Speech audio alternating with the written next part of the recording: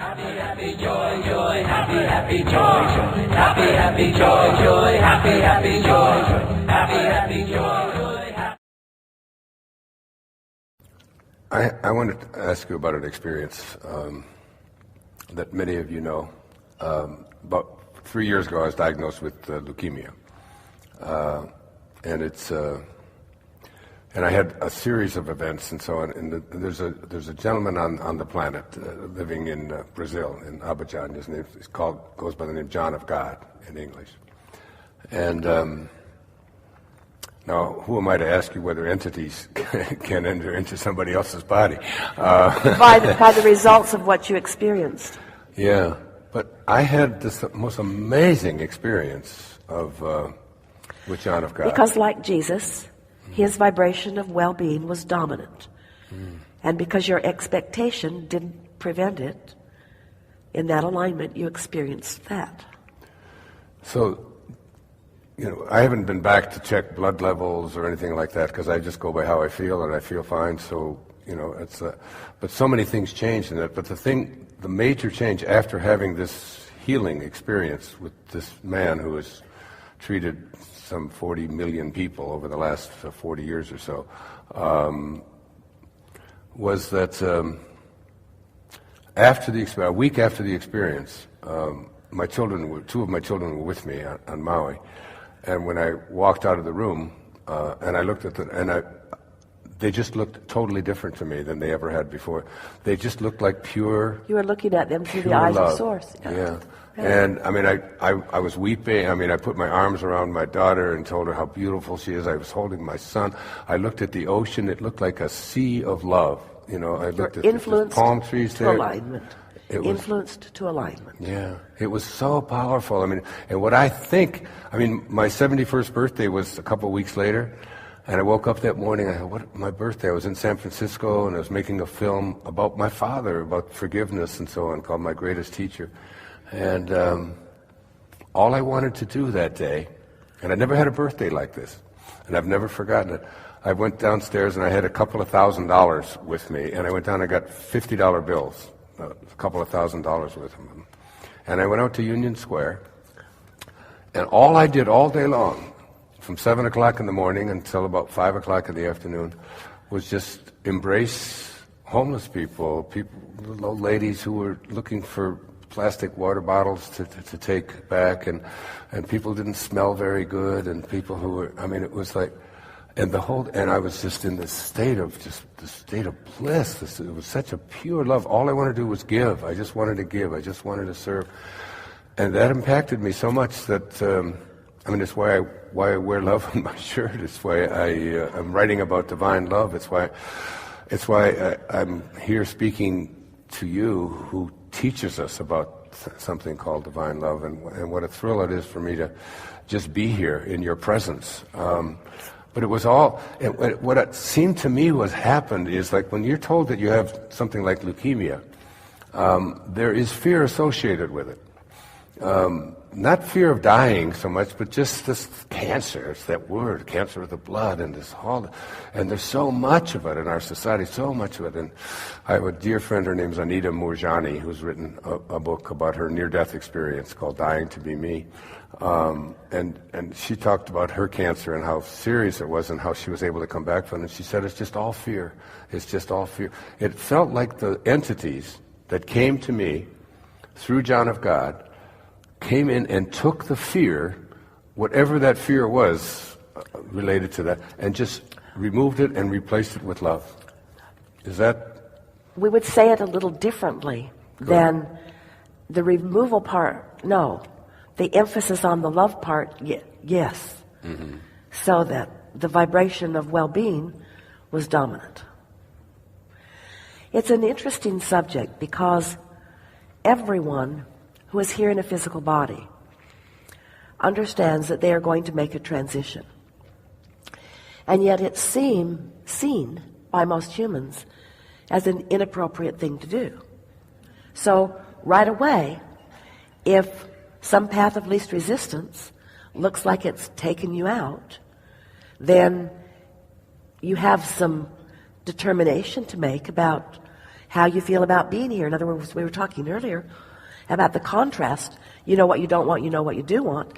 And soon there can be a pretty wide gap there. But when you close that gap, it's a really wonderful rush. So we want to put healing in the category of everything else that we've been talking about and call it alignment. But we also want to say that there's an awful lot of true alignment that happens in what you call the unwanted death experience, you see. And so what it comes down to is you and your physical body just making a statement of what you intend. Because there is a trajectory, but you get to decide. As long as you're having fun and having meaningful experiences and are enjoying the way life is juxtapositioning you with other things, then there is no reason that you cannot continue to sift through the contrast and give birth to new intentions, and Source will support you in all of that, no matter what, you see. It really is your choice. And most, when they think of some of these illnesses, feel that they are without choice. That's why you feel fear, is because fear is the opposite of the way Source feels about you in that situation, you see.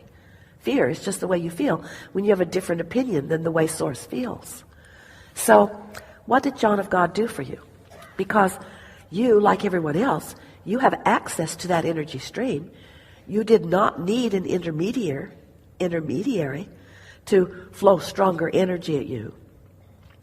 But what he did, he caused you to focus in a way where you had stronger expectation. In other words, he soothed the vibration of misalignment and allowed the vibration of alignment. He allowed, say that? That was so beautiful. You, by your attention upon him, found a way of allowing the energy that was there for you all along to be received by you. He's not receiving the energy and asserting it to you. You don't need someone to assert healing energy. You're all tapped in. But he helped you in the expectation phase. He, by virtue of what you know for him to do, what you've heard about him doing, caused your expectation to shift so that the fear was not there. And in the absence of the fear caused by your focusing upon him, then the healing took place. But it was, the healing was such a feeling of love, such a feeling of, it's alignment, clarity. Use the word clarity. That's the best word to describe alignment. Clarity, knowing, unquestioning. Yeah? Yeah, it's one of the, and I can see clearly now. Yeah. It's one of the signature moments in my life. Well, because it felt like the stakes were higher. But the stakes are never high. In other words, you can be or do or have anything that you want. Source always has your back. It's just that sometimes when the stakes feel higher, you align more deliberately.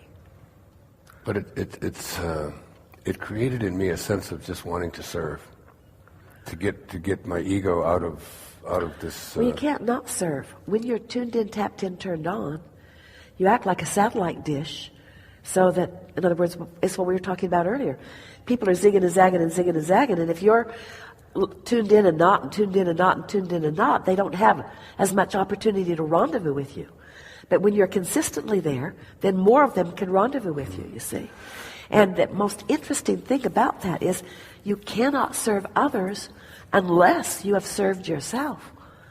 Because if you're not tuned into that energy, you don't have anything to give anyone. It seems, Abraham, that there's so much cancer and there's so much fear. There's so much disease in our culture, particularly in America, and there's so much fear. And I don't mean fear in the sense of being afraid of. Let's just call it momentum for a while. Okay. Just think of it as momentum, and then just watch what's going on around you, and notice the momentum, the perpetuation of momentum. But also acknowledge that in that knowing what you don't want, there's also a perpetuation of the solution. So even though the society is, for the most part, more in sync on the lower discs with the problem than they are the solution. The solution is in the process of becoming. And more like you will find alignment with it. You see? And so if we can get this fear out of our, but you have to this think about misalignment out, that you think the cancer rates will go down? For sure. But you found a really good way of saying that right away. You said if we can get the fear out of it, and then you stopped yourself and said the alignment. Fear is the result of the misalignment. And so if we can direct our thoughts more upon what we want and not so much upon what we don't want. But that's going to require a lot of people being willing to reach for better feeling frequencies. And you know what we notice about so many of you? Until the stakes are really high, most of you are willing to put up with the ornery disc. You see, so much that you're living that is such a departure from what you really want isn't because you're a terrible person. It isn't because you've done terrible things. It's because you're chronically holding yourself away from the vibration of alignment that is natural to you. And so just a little bit of attention to the way you feel and a determination to feel better more of the time, it'll take care of that.